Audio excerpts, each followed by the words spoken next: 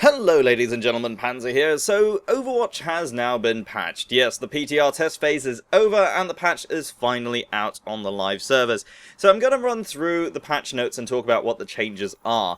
Now there's a lot of them, so if it's something I've covered previously, I'll skip ahead, but I will give you guys the links to the videos where I talk about those changes. So yes, let's begin with the big one. Ana is now available on the live servers. Yes, Ana, the support sniper, is now a playable character for everyone in Overwatch, so you guys can go and check her out and let me know what you think. I've already covered her abilities, so click the annotation on the screen to get more information and a quick guide on how I think you should play her. One thing that has been added since the PTR is now Ana's ultimate has a different voice line for when she's on your team. Previously, they had the same voice line for both enemy and ally, and it was a little bit confusing, so thankfully that's been sorted out now. Next up, some major changes to the end of round mechanics. Overtime has been tweaked, so now if a match has been in overtime for more than 20 seconds, the fuse timer will start burning through faster. What this means is that long overtimes will start becoming much rarer. Additionally, spawn times have been increased by 2 seconds once the match hits overtime. So it's not stated, but I believe this is for both teams, so staying alive in overtime will become even more crucial. Now, does this mean that overtime comebacks are not going to be a thing? Absolutely not. I think the increase in spawn times will still help the better team make a comeback, but I certainly think it'll be much harder to just keep overtimes going indefinitely, which I believe, frankly, is probably the intention. Competitive play now has a limit of one of each hero per team, so there's going to be no more hero stacking. I don't really want to discuss this one too much because I've already covered this, and you guys have very kindly shared your thoughts on hero stacking as well. Very good. But click the annotation on the screen if you haven't seen that video. Feel free to go and check that out. I've done a very in-depth discussion about how I believe hero stacking is going to affect competitive play, so it's very good to see that that's now no longer a thing. Next, Bastion has been nerfed slightly. I know a few of you might be cheering at this one, but don't celebrate too much since it's only really a slight nerf. His ultimate now costs 10% more. That's it.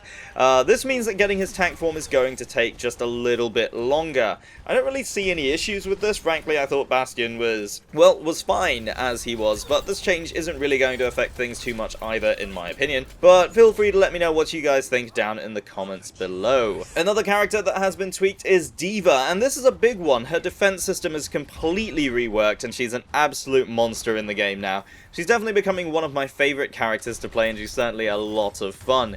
There's a big list of changes which I've already covered in my Deva guide here, so feel free to check that out if you're interested. Now, I don't go over the specific changes as changes, I just kind of did the guide as though the changes had already been applied. So what you see there is how she will play now that the patch has actually been released. So, yeah, go and check that out. Okay, next up, Lucio has also had his ultimate cost increased by 10%. Again, not a huge change, but it's worth mentioning, so his sound barrier ability is going to take a little bit longer to charge up.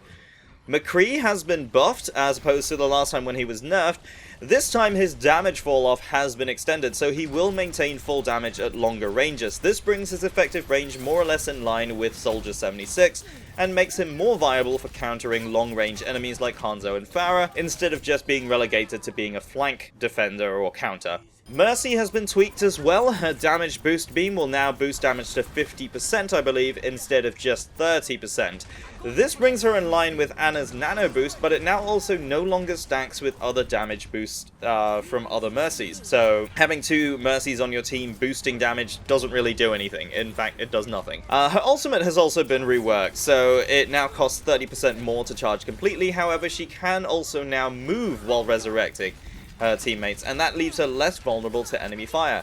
Previously, when resurrecting, you ran the possibility of being killed pretty much immediately, so now at least you can run in, res everybody, and run back out, all without ever stopping. Her Guardian Angel ability now resets instantly, making Mercy one of the most mobile characters in the game, with the exception, of course, of offense heroes like Tracer and Genji. Of course, this is provided she has line of sight on allies in her vicinity, so as a Mercy player, you will now not only be able to continuously fly between allies, but you will also be able to follow and boost characters like Pharah while airborne near indefinitely.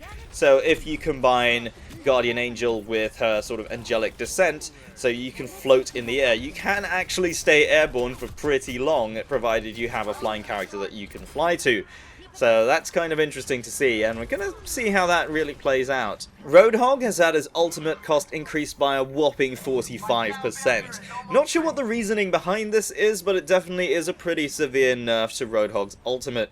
Let me know what you guys think of this change down in the comments below. I'm not really sure what to make of this, especially since I haven't really played Roadhog all that much, but I'm sure that those who do play him will be fairly certain of what this is all about and why it's happened. Now, Soldier76 has had some changes as well, aside from his ultimate cost being increased by 10%, which seems to be the norm for this patch. His primary weapon now takes slightly longer to reset after firing. The spread from continuous firing will now have a short delay before recovering instead of recovering instantly. And again, I'm not really sure what to make of this one, but basically what it means is that the spread tends to stay a little bit longer after you finish firing instead of recovering to full accuracy immediately. So I think this might be a counter to tap firing or something like that. But again, if you play Soldier 76 more, let me know what you think down in the comments below, because I'd really like to know what the actual players think of this. Lastly, we have Zenyatta, and this is a character that overall was pretty lackluster to begin with. He wasn't really the best support character, but he did kind of have decent damage at range as well. So he was kind of last to be picked, really. But now he's had a major buff. He now has 50 more shields, which brings his total hit points up to 200, which is in line with other support heroes. And since it's also mainly shields, he's also one of the more self-sustaining support characters as well. And provided he doesn't get caught out of position, he can regenerate on his own without needing additional healing or health packs. There's far too many changes to discuss here, so I'll probably be putting this all into a complete guide video instead. But overall, the rationale behind the changes was really to make Zenyatta a more effective support character overall, and make him more viable for team picks. But that's all the changes to the gameplay overall. There's been numerous bug fixes and UI changes, so feel free to check the patch notes out for yourself. I've linked it in the description below, so go ahead and check it out. Also, let me know what you guys think of all the changes. Are you looking forward to playing Ana now that she's out? Will the hero limit in competitive make a huge difference? And what characters do you feel needs a nerf or a buff, and why? Let me know down in the comments below, and don't forget to leave a like if you enjoyed the video, and subscribe if you're new to the channel. My name is Panzer, thank you very much for watching, and I'll see you next time.